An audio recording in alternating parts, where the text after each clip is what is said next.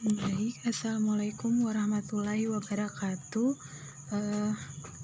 Perkenalkan, nama saya Sarah dari kelas C Biologi Nondik. Di sini saya akan mempresentasikan mengenai materi tentang struktur, anatomi, dan morfologi bunga matahari.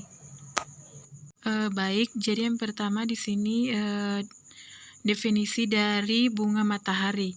Yang mana bunga matahari ini adalah salah satu tanaman berbunga yang bunganya akan mekar secara periodik atau semusim, yaitu sekali dalam setahun.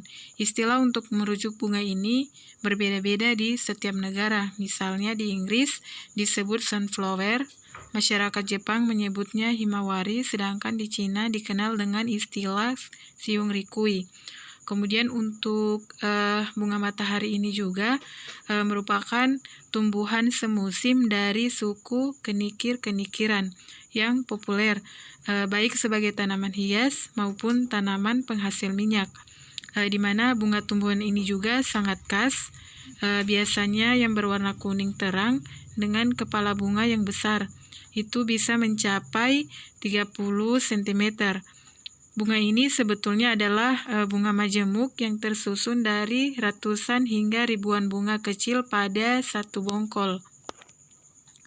Kemudian di sini ada juga ciri-ciri bunga matahari. Yang pertama, batang tunggal itu tebal, tegak, dan tidak bercabang. Kemudian daunnya itu hijau tua yang lebar dan besar. Kemudian tangkainya yang tinggi, namun ada bunga matahari juga yang kerdil dengan tangkai yang pendek. Kemudian untuk kelopak bunga yang majemuk, itu kelopak bunganya yang berlapis-lapis yang berwarna kuning. Kemudian untuk bijinya itu sangat banyak yang terdapat di dalam bunga. Kemudian akar tunggang.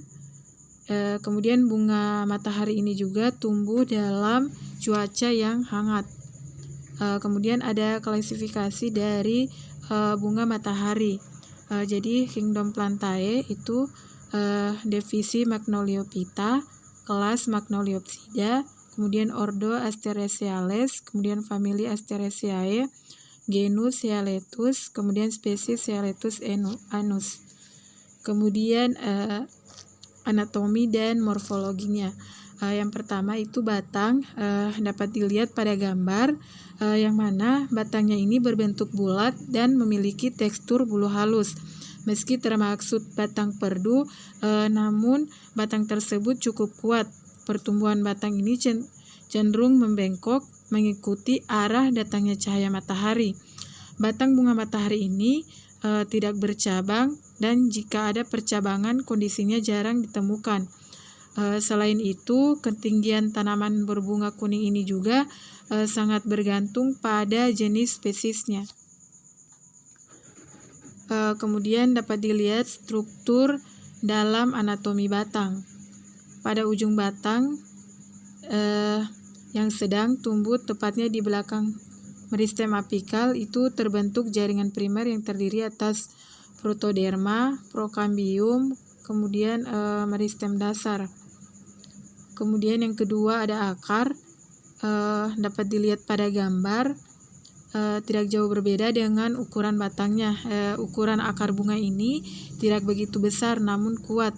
Akar bunga matahari ini memiliki tekstur halus dan lebat. Sistem perakarannya ini mampu menembus tanah dengan sangat dalam, yang mana pertumbuhan akarnya ini mendatar dan mampu tumbuh mencapai kedalaman 3 sampai dengan 4 meter.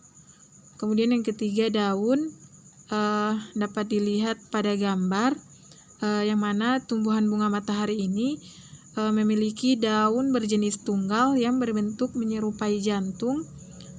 Ukuran daunnya ini rata-rata sepanjang 15 cm dan lebar 12 cm.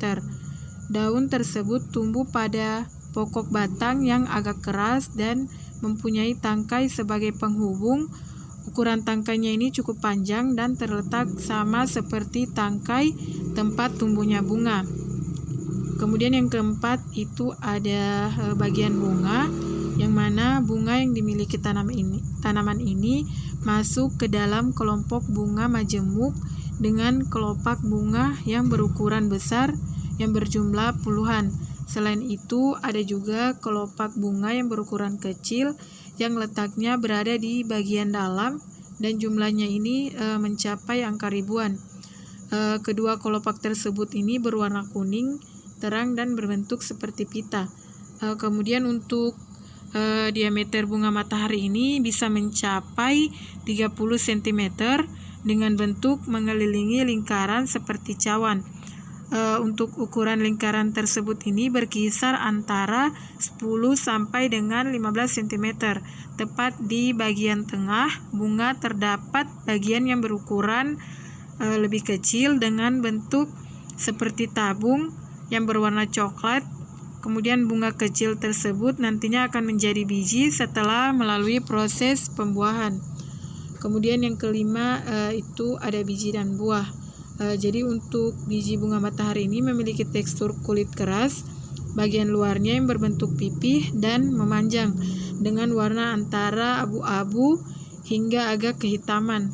Sementara untuk pada bagian dalamnya itu terdapat biji yang dapat dikonsumsi.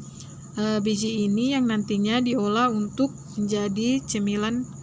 Baik, terima kasih. Itulah presentasi dari saya. Jika ada salah kata mohon dimaafkan. Saya akhiri dengan ucapan Assalamualaikum warahmatullahi wabarakatuh.